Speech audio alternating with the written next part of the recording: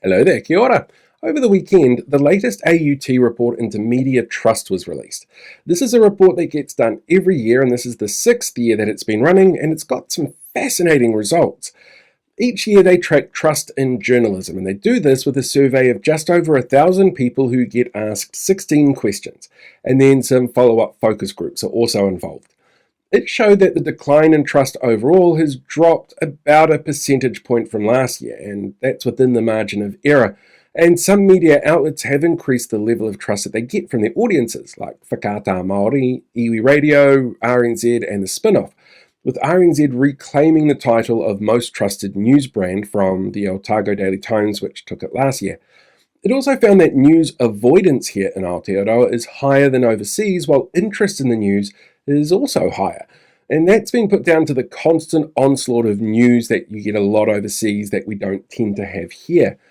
It also showed that we tend to want more local news, international news, and to be kept up to date with politics, while we really don't like entertainment and celebrity news. Like the kind that the Herald has been spamming social media with a lot these days. It found 53% of us use Facebook, 43% of us use YouTube, 39% of us use Instagram, and 17% of us use TikTok to source news. Anyway, the most fascinating part of this for me is the new questions that they've added this year that actually asked respondents to tell us who they voted for in the 2023 general election, which it netted results that will not really shock you at all. The voters who voted for parties on the right had the highest distrust levels of media, as did voters of Te Pāti Māori.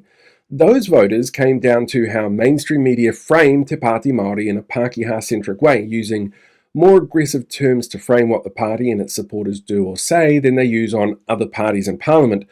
In fact, they often use talking points from ACT or National as framing devices for those news stories.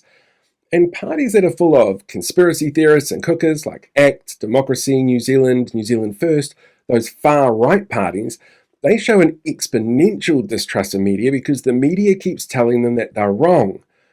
Because they're wrong. In fact, 25% of regular news avoiders voted for ACT. 27% of news avoiders voted for New Zealand First, preferring instead to get their news from the reckons of their mates on Facebook who are selling dried frog boner pills to see whether or not they could be seen as reliable news sources. But one of the other bits of data that we got was how these voters saw specific media outlets.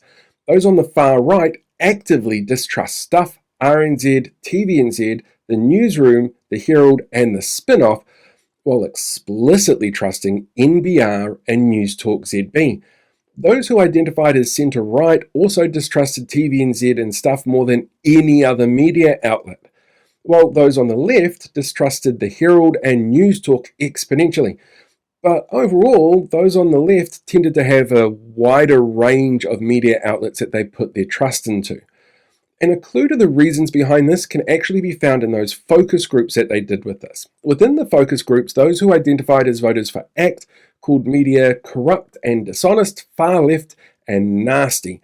A middle-aged National Party supporter thinks media is being mean to conservatives, while Labour supporters said media never challenges politicians, and another said that they constantly amplify the same voices over and over, entrenching their ideological viewpoint with audiences. What this highlights is that there is an underlying issue with people's understanding of bias within our media and the impact that our own biases have. For example, a number of focus group respondents claim media needs to report facts from all perspectives and let the audience make up their mind. Facts don't usually have perspectives, but news, like all media, is constructed to present information in a certain way. A great example is how this particular media piece that you're watching right now is framed to make ACT and New Zealand First voters come across as uninformed and willfully ignorant. That's bias in action. Because this is a piece of media, that's what we would call media bias. My personal bias is that that's obviously not true. Some of them are just racist, bigoted, and cruel. But if that bias in mainstream media doesn't align with our own, we often see that as not reporting the facts from the perspective that I agree with, therefore nullifying the facts. The reality is that due to our own personal biases, which we all have, it's very difficult to spot the actual bias in a media organization, and we're not really taught the tools that are needed to identify it. There are some great simple markers that you can use to try and identify media bias by looking at their content. If they choose to focus on individual over collective outcomes, actions, and responsibilities, the voices that they choose to platform, the focus level on business interests, how they platform religious themes, the type of emotionally charged language that they use, the topics that they cover regularly, and other platforms that they're affiliated with, and how nationalistic they appear to outsiders.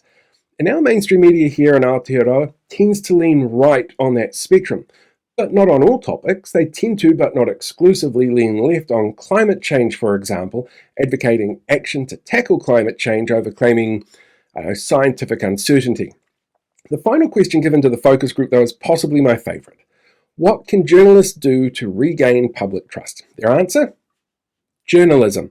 Focusing on investigative journalism, community based, and grassroots reporting, and stop posting bullshit like who said what on Married at First Sight like it's the start of World War III.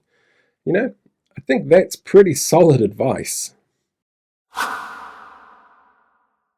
Hey there, podcast listener. Thanks so much for checking out today's little miniature episode. Well, I call them miniature episodes. Each episode is usually pretty short, so I guess it's just like a microcast instead of a mini episode. But we do other things on podcasts that are a little bit longer, like the interviews and the live shows.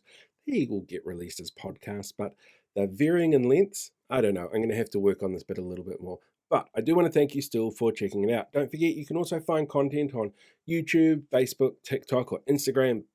You do have to look at my face with the videos. And you don't have to look, you can always turn away. I'm not going to be able to tell. I'm stuck in a studio somewhere. It's up to you really how you want to do that. Or you could sign up for my Substack newsletter. It comes out once a week, and in it I explore things like media representation and the politics that are going on around us every day and how the two of them tie into each other. Or, I just complain about crazy people. That's also a good thing to do. Now, if you're going to be sitting down and listening to another podcast, may I thoroughly recommend something with a murder mystery bent, maybe a true crime podcast.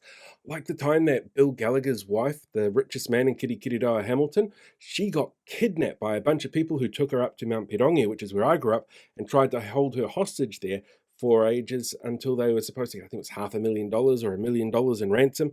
It was a weird thing. The 80s was a strange time, and I still haven't come across a true crime podcast on that. Maybe I should start working on that. No, I'm probably going to go back and complain about the government, but you enjoy whatever the next thing is that you're going to be listening to.